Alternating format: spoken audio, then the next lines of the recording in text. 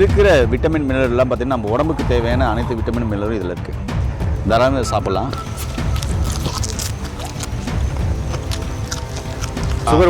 Sugar உள்ளவங்க சாப்பிடலாம். Asthma wheezing உள்ளவங்க சாப்பிடலாம். கிட்னி ஃபெயிலியர் உள்ளவங்க சாப்பிடலாம். லிவர் ஃபெயிலியர் உள்ளவங்க அவங்களும் சாப்பிடலாம். நுரையீரல் பிரச்சனை இருக்கவங்க அவங்களும் சாப்பிடலாம். பேரலைஸ் உள்ளவங்க அவங்களும் சாப்பிடலாம். இதே மாதிரி பார்த்தீங்கன்னாக்கா பித்தப்பையில் கல் இருக்கிறவங்க அவங்களும் சாப்பிடலாம். நல்லா ருசிச்சு சாப்பிட்றாரு மனுஷன். என்ன டேஸ்ட்டில் இருக்குது, எப்படி இருக்குன்னு சொல்லுங்கள். இயற்கையை மருந்து சேனலுடைய மேலும் பல பதிவுகளை தெரிந்து கொள்ள இந்த சேனலை சப்ஸ்கிரைப் செய்யவும், பெல் பட்டனை அழுத்தவும். மேலும் மருத்துவரின் ஆலோசனை பெற இந்த வீடியோவில் உள்ள எண்ணிற்கு தொடர்பு கொள்ளவும். இயற்கை மருந்து நேயர்களுக்கு வணக்கம்.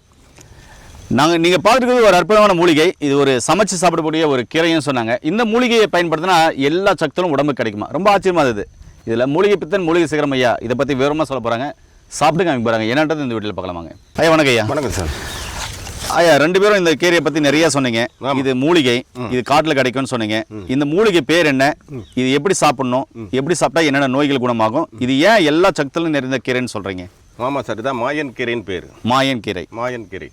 பொதுவாக மாயன் சொன்னாலே சில சக்திகள் நிறைந்த ஒரு அமானுஷ்யத்தை தான் மாயன் சொல்லுவாங்க. ஓகே. அதனால் இதுக்கு எல்லா சத்தும் நிறைந்ததுனால மல்டி வைட்டமின் கீரைன்றதுனால மாயன் கீரைன்னு பேர். இந்த மாயன் கீரையை தொடர்ந்து சாப்பிடலாம்.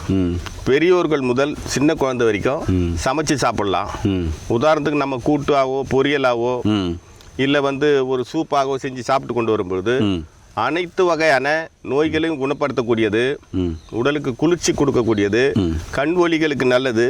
கருவுற்று தாய்மார்கள் பிரசவமானவங்க இந்த கீரையை சுரந்து சாப்பிடும்போது பால் நிறைய சுரக்கும். அவங்களுக்கு பால் இல்லாத தாய்மார்கள் இதை சாப்பிடலாம். வாரத்துக்கு ஒரு நாளைக்கு சாப்பிட்டாங்கன்னா நல்ல பால் சுரப்பு ஏற்படும். அப்பேற்பட்ட ஒரு அருமையான கீரை தான் இந்த மாயன் கீரை. இதில் மல்டி விட்டமின் நிறைய சக்தியில் இருக்குன்னு சொல்கிறீங்களே, அது எப்படி சொல்கிறீங்க?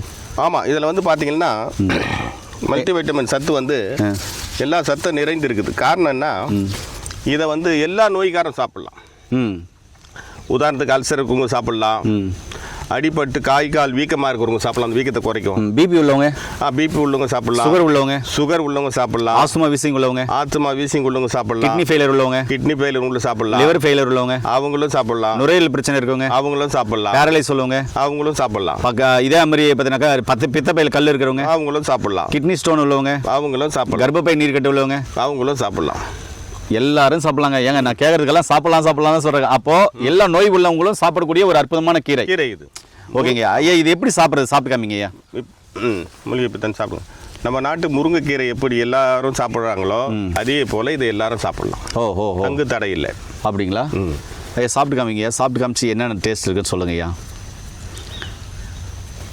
சாப்பிடுங்க ஐயா. சாப்பிடு. நல்லா ருசிச்சு சாப்பிட்றாரு மனுஷன். என்ன டேஸ்ட்டில் இருக்குது, எப்படி இருக்குன்னு சொல்லுங்கள். இது ரொம்ப அருமையான ஒரு கீரை மூலிகை. இது மாதிரி இயற்கையான மூலிகையை பற்றி தெரிஞ்சுக்கொள்ள நம்முடைய சேனலை கண்டிப்பாக சப்ஸ்கிரைப் பண்ணுங்கள். ஐயா என்ன டேஸ்ட்டில் இருக்குங்க ஐயா? இனிப்பு, புளிப்பு, துவர்ப்பு இருக்குது. நிறைய இனிப்பு, புளிப்பு தெரியுதுங்களா? புளிப்பு துவர்ப்பு தெரியும். ஓகே. என்ன நேர்களே, இப்படிப்பட்ட மூலிகைகளை பார்த்திங்கனாக்கா நிறைய மூலிகைகள் நம்ம போட்டிருக்கோம். இங்கே பார்த்திங்கனாக்கா கிள்னாயே பால் வருது பாருங்கள். இந்த மூலிகை அப்படியே சாப்பிட்லாம். இது நல்லா சுத்தமாக தான் இருக்குது. இது அப்படியே நம்ம சாப்பிட்லாம். சரிங்களா? இந்த பால் புண்களை ஆற்றக்கூடியது. இதில் இருக்கிற விட்டமின் மினரல்லாம் பார்த்திங்கன்னா நம்ம உடம்புக்கு தேவையான அனைத்து விட்டமின் மினரலும் இதில் இருக்குது. தாராளமாக சாப்பிட்லாம்.